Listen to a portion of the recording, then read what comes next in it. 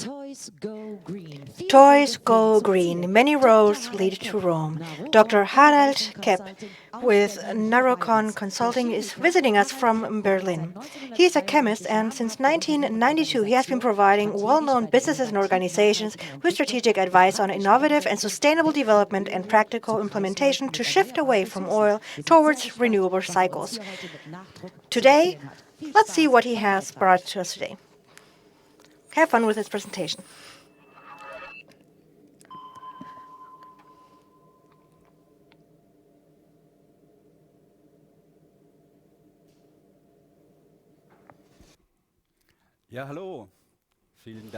Hi, and thank you very much for this excellent introduction, Jenny. Many roads lead to Rome. That is the idea we're going to explore today. I'm going to talk about trends and approaches to sustainable development in the toy industry. I didn't come along, I brought a friend along. And it has to be a toy, of course. So here we have a fox, and this fox, he really loves his goose. And it didn't eat the goose. You can see that he's carrying him in his pouch, and this pouch is filled with bio-based plastics, and that's why the goose feels very, very comfortable with the fox.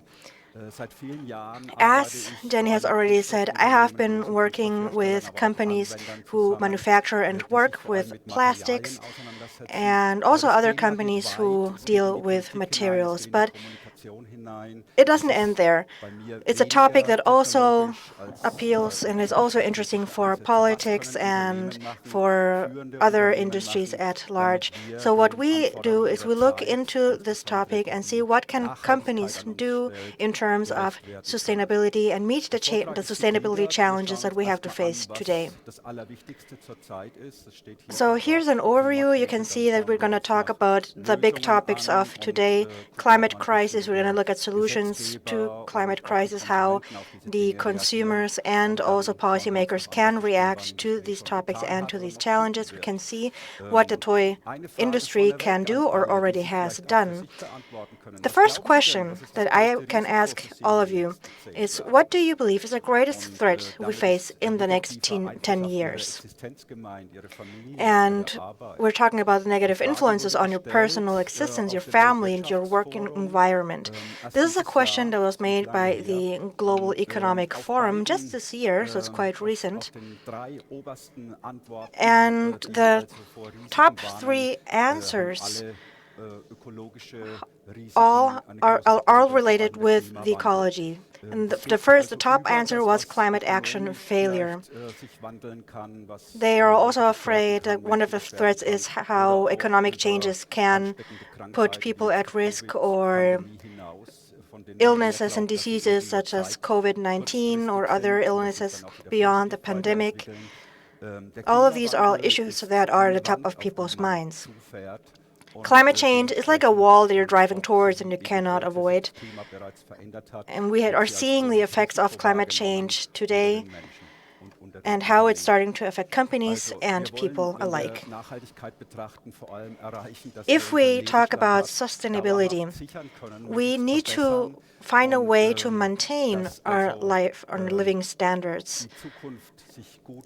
At the very least, we need to try to create a future that is good for us. But if you have a look at where we live, at the habitat of our planet, the stability of all of this has been going downwards. It has been decreasing. We're talking about overuse, about pollution, about exhaustion of resources. And all of this points towards the necessity that we need to change our lifestyle. We need to change our economic structures. We cannot continue as we have been going on for the past 10 years. So let's start with climate change. There are some people who think that is still a natural change. But here we have the records for of 1 million euros of the CO2 concentration in the atmosphere over the past 1 million years. And we can see that there is an incredible peak in recent times, in our modern times. So, and that is directly linked with the quantity of fossil fuels that we are burning, and many of the carbon resources that were bound in the earth are now set free into the atmosphere. So that has led to global warming, and here we can see the last 150, 170 years, and you can see that it is rising fast. This is a topic that we also have to look at the time considerations. We need to look at the goals, and we can see that everywhere we will have negative effects. And I don't have to go into much detail here. The goals are set for 2033 and 2059. And that means that for the first goal, for the first time deadline, actually the next deadline is 8 years from now. So this is a very, very topical topic. You can see that policymakers, they have lots of ideas, but they're not necessarily taking action. And this topic, however, is undoubtedly our most important topic for the next decade. So we're not talking about a trend, but we're talking about something that if we do not solve it, if we cannot find a solution, it will affect us for a very, very, very long time. Many policymakers now have seen the necessity to act fast. And this also includes an appeal to the industry. And the toy manufacturing industry is included in what we call the industry, and we all have to do something. That means the toy industry also has to do something. It's not a passing trend. This is something that has come to stay. Here we can see another headline: the planet is in danger. We, as humankind, as people, we take many resources that we need, but we have to do so sustainably. And if we do not do that, we are not only endangering the planet, but we are endangering ourselves as well. But I don't want to dwell much deeper into the threat itself. We're going to talk about the fact that sustainability is a good thing in the sense that it is in our hands. We can influence it. We see that companies have started to take action. They have set goals. They have started to change their processes to be able to meet these self-imposed goals. For example, they are looking at carbon management, since most of the materials basically are made out of carbon. So they have to have a look at materials as well. When it comes to sustainability, we have two possibilities. We can concentrate on energy. That's something that we have been doing to a great degree. Everyone can contribute here using renewable energies, for example, solar energy or wind energy. We have to move away from fossil fuels towards renewable energies. The other half of the emissions from the industry are emissions that are produced by the supply chain of materials. Materials are undoubtedly linked to energy, and if we are able to save energy by reducing the amount of materials we use or by switching to renewable materials, there's a lot that can be done. If you want to take actions in the area of energy, you should measure how much energy you consume and reduce this energy consumption. Also, switch over to sustainable energy sources, to renewable energy sources. Many companies are already doing this, and everyone can do that. This is one of the solutions that are easy to do and are open to everyone. Then you can also work on materials and renewable materials. The toy industry is an industry that's very dependent on materials. We use a lot of plastics, for example, and we have many different raw materials and food stocks and stuff that we use to create our material. So we can make different categories. We have different categories of materials. We have materials that are mineral materials like glass, ceramics, or of metal. They are durable and they do not immediately contribute to the CO2 concentration, but these are materials that can be used for a very long time and be reused time and time again. It is more difficult when it comes to fossil-based materials, for example, plastics. For a very long time, there has been a subset in the toy industry where they produce toys that are made out of wood and cardboard and paper. These materials will play a very, very important role in the next years. If we look at plastics, we see that there are projections that we are not only going to be using fossil fuels for energy issues, but we're going to be shifting away from fossil fuels. But when it comes to material, we are still going to be using a lot of oil and a lot of fossil materials. 1% of carbon. Currently, the plastic share of the carbon budget is 1%, and in the future this will be 15%. So that's why we really need to focus on this topic as well. And in future, the public eye is going to turn towards these companies and towards its manufacturers if they do not switch over to sustainable materials. As I said, I'm just going to give you a short overview. I'm not going to go too much into detail. When we talk about materials, we're talking about carbon footprints, and we need to know what materials are the ones that we need. For example, you could have a polyethylene that has the abbreviation PE or PP, will use less material, less carbon, will generate less pollution than other materials such as PET, PVC, or ABS. So the key message that I want to give here is have a look at what the feedstock is that your plastic is made of. What is the raw material? Because there are some raw materials where we have fewer CO2 emissions than if you make it, for example, from oil or coal. So ask what the feedstock is of your plastics, because there is a difference between good plastics and bad plastics, depending on the feedstock. Instead of emitting 3 tons, you might be emitting 15 or 20 tons only by choosing the wrong kind of plastic.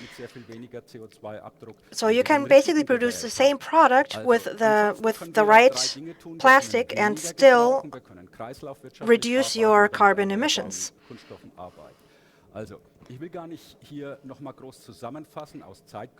So since we don't have that much time, I'm not going to make a huge summary, but one key takeaway here is that the climate crisis is a crisis for a reason. It is not just climate change, it is a full-blown crisis. We will have huge challenges coming towards us. Everyone has to take action. People in their private homes have to take action. Companies have to take action. Governments have to take action. We all need to focus our efforts, and we can do that by moving away from fossil fuels and fossil-based materials. Now let's have a look at what we can do when it comes to materials. Circular economy is a key word here that is very, very important for us here. In our economy, we have many, many problems when it comes to pollution and waste products, and many countries, many industrialized countries, they export their waste so it can be recycled in other countries, because it would be more expensive to have it in your own country.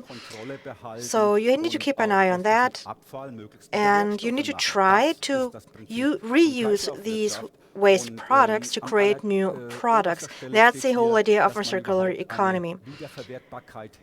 That you have to try to create products that can be recycled, that can be reused, and increase the lifespan of these products. Instead of having to source new materials time and time again, we should use materials that are recycled, that have already been used and have already been in the economy, and that will help us move away from the fossil fuels and fossil materials as well. This is something that is starting to catch on. We have a couple of companies who have started to use this materials logistics management.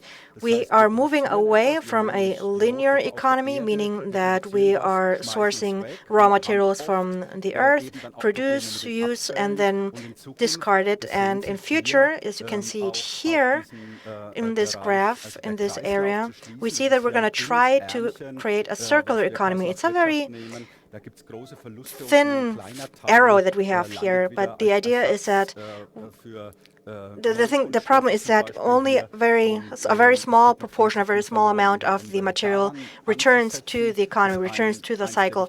Still, the majority of waste still lands in the landfills. So we need to try to find policies and laws in all countries that can counteract this. We need to collect our waste and use it as long as possible in the most efficient way as possible to collect them again and reuse them again. For example, when it comes to paper, you can recycle paper and create new paper. The same goes for cardboard. It's really easy to do with glass as well. It's very hard to do with plastics.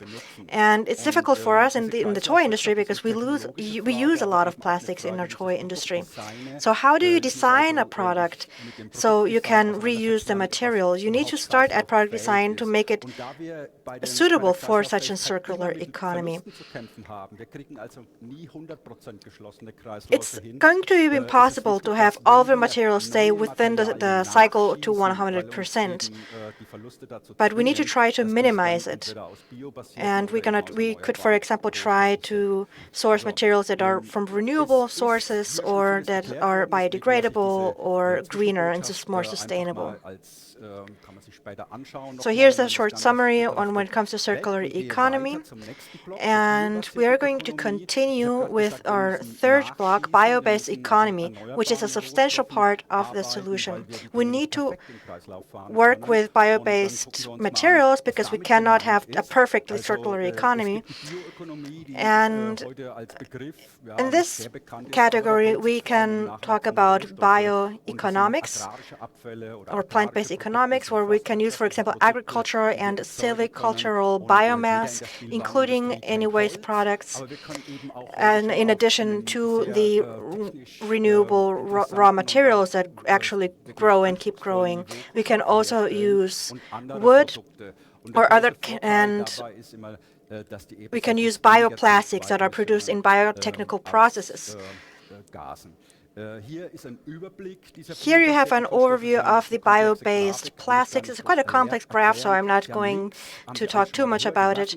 On the left-hand side, we can see the mass plastics, fossil-based plastics, PET, PS, PP, PE. And on the right-hand side, you can see that there are alternatives that are plant-based, that are organic.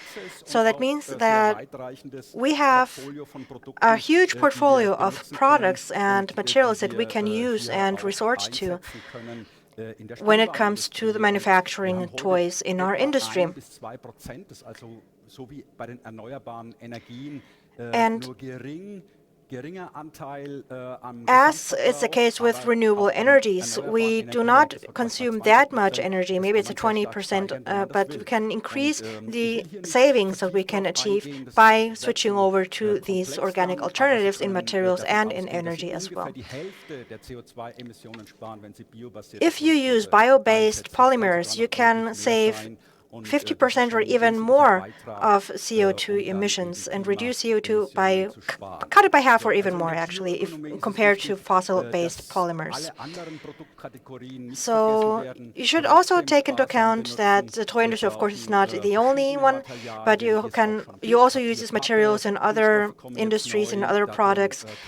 No matter which area you work, if it's a toy industry or any kind of other industry, you should always have a look at what materials you are using and see if you can can use other alternatives that cut CO2 emissions and that reduce the amount of waste and unwanted byproducts. Here we have another graph from Shell. Shell is a company that does a lot of research when it comes to carbon material, and they have tried to look into the next 100 years and see how things are going to develop. And at the beginning, in the first model, we can see that we have a huge amount of fossil materials, feedstock that is still used, and that will be reduced if we have regrown materials or materials that can stay within the circular economy cycle. Now let's look at consumers, and I think one of the most famous children in this world, the most famous child in this world, is this lady here that we all know. And she has been motivating the entire world. She's a leader when it comes to your target group, children, because you are selling to children, you're producing for children. And she was able to motivate them and bring them all forth to fight for climate protection. She talked to young people all over the world, and they all went to the streets. She also mobilized the parents. So the toy industry, who addresses these target groups, should be with them out there on the street. They should support this future generation, because this generation are going to be the future consumers, and it's not necessarily old people like me who are the ones who you need to worry about. So the EU has very clear priorities, and the population within the EU as well. Here we can see a survey made when the population grew from 15 to 35, and their top priorities are protecting the environment and climate change. That's the #1 priority, and it's even more important than improving education and training. It's even before fighting poverty or other economic, social inequalities and issues, because climate change is something that will affect all of us and will influence all of our lives. In other regions of the world, they have reacted as well. The European Union, for example, has a goal of becoming climate neutral by 2050, and this includes material. It is not only about fossil fuels. It's not only about renewable energies from solar power or wind power. It's also about materials. That's why they have an action plan to promote the circular economy, and that starts with by designing products that are compatible with the circular economy. That means we have to look at the raw materials, at the feedstock as well. So it is not my personal opinion, but it is the goal of that the policymakers have set. And it's like Greta Thunberg. It's not her idea, but she's only acting upon what scientists have been saying in China. They are starting to take action there as well. And they are a country that uses solar power to a great extent. They also started working with emissions trade in order to reduce CO2 emissions.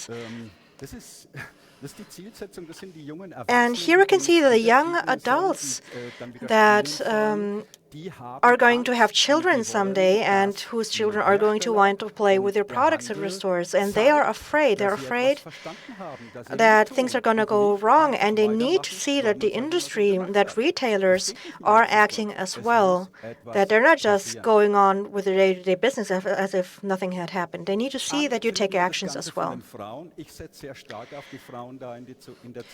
One of the strongest motivators and drivers of this movement are women. And we have many children, many mothers who have taken to the streets and who are looking at toys that are trying to choose more sustainable options.